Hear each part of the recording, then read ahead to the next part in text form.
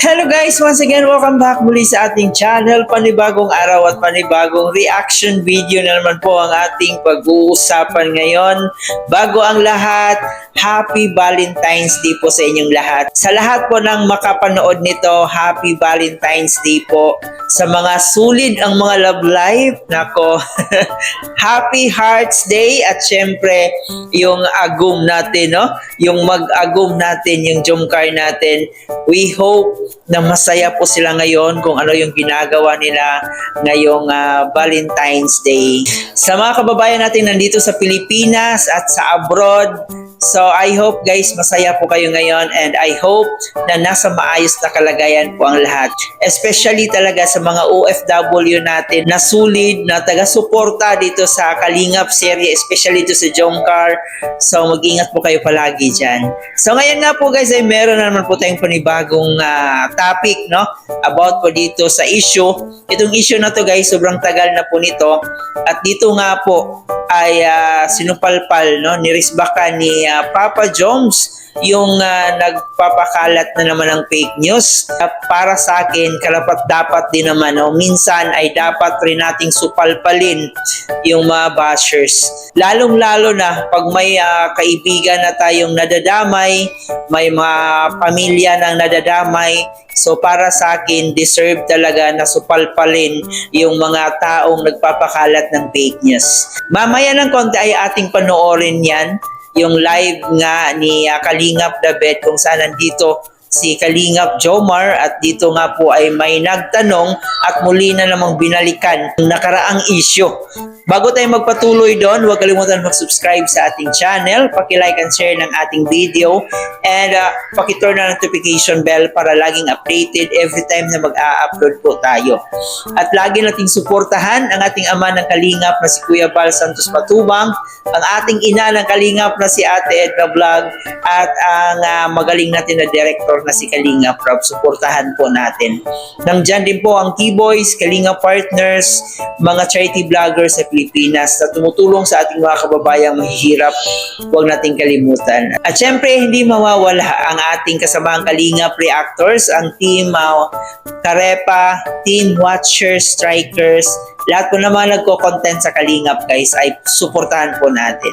Para mas malinaw po ang lahat, ito, panoorin mo natin itong sagot ni Kalingap Jomar sa kanyang bashers. Panoorin mo natin to. Lucas Olivar, hindi po. Kaya sabihin ni Pastor. Ulitin ko po sabi ni Lucas Oliver, girlfriend ko po si Yuna Joms. Hindi po. Basta ano kami sa Ito. sa Pastor? May asabat anak po yun, okay. Ano sa akin, bubuin yun. Ay, sa kanya. May agum naman ako.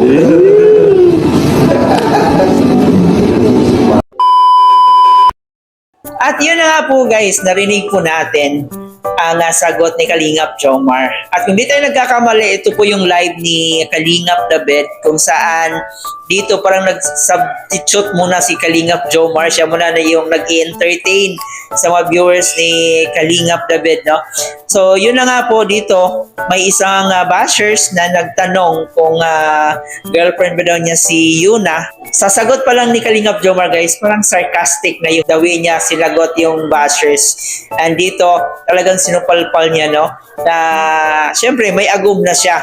Siyempre naawa rin po siya kay Yuna kasi si Yuna may anak na, may asawa pa, and nadadamay sa issue na to dito sa Jomcar. Na yung taong walang kamalay-malay, yung taong hindi connected sa Kalingap ay nadadamay dahil lang po dito sa mga taong makikitid ang utak. Yung issue na to, medyo matagal-tagal na po to. Yun yung time na pumunta si Kalingap Jomar doon sa binyag ng bata at meron silang pictures kasama yung mama ng bata. Yun po yung pinapakalat nila. So nakakaawa po kasi nadamay pa yung bata na yun eh. Nadamay pa yung bata ni Yuna doon sa pinapakalat na mga bashers na Yun daw po ay asawa ni Kalingap Jomar at anak daw po yun ni Kalingap Jomar. Sobrang nakakaawa po yung mag-ina guys, nadadawit po dito sa issue. At ngayon, muli na namang binalikan, no, dito nga po ay binasa ni Kalingap Jomar yung comment po ng isang bashers kung totoo nga ba ang girlfriend niya yun si Yuna. Dito nga po ay sinabi ni Jomar na wala silang ugnayan o hindi niya girlfriend si Yuna. At si Yuna po ay may asawa at anak. So nakakalungkot dahil nadadamay sa issue dahil sa mga taong makikitid ang utak. At dito po ay proud na proud po niyang sinabi na meron siyang agum at yun po yung si Carla, no? Si Carla Bells niya. Yan po yung nag-iisang agum niya. So I hope na malinaw na po yun. Sa mga hindi nakakaalam, si Papa Jones at si Yuna ay matalik po na magkaibigan. Pag may mga event, may mga okasyon, ay pupunta paminsan-minsan si Kalingap Jomar.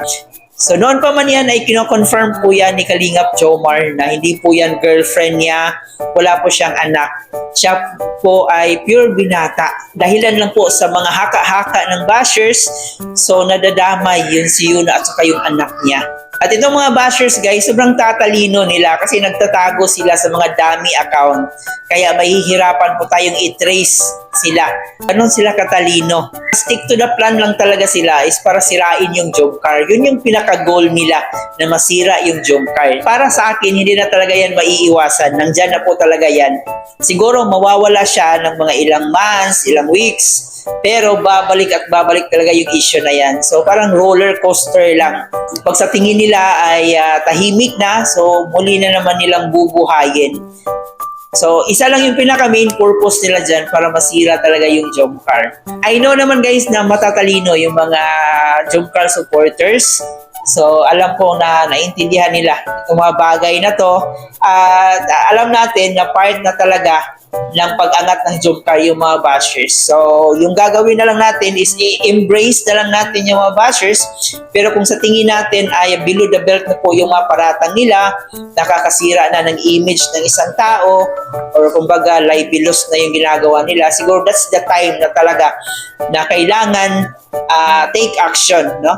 Mga ganyang bagay. Pero kung hindi naman, fake news lang naman, minor fake news, so wag na lang po nating pansinin. At least malinaw po yun doon sa nag-comment, no? Yun po yung sinabi ni Kalingap Jomar na meron ng asawa at anak yung si Yuna at siya ay meron ng agum. So wala na pong dapat pang ipagpaliwanag si Kalingap Jomar. Kayo ba guys, ano yung komento nyo patungkol sa ating topic ngayon? Pag-comment po dyan sa ating comment section. Once again guys, Happy Valentine's Day po sa inyong lahat. Happy Valentine's Day po sa Jomcar. And sa lahat po ng mga makapanood nito, Happy Valentine's po. Maraming salamat. Huwag kalimutan mag-like and share and pag-comment po dyan sa ating comment section. Thank you for watching!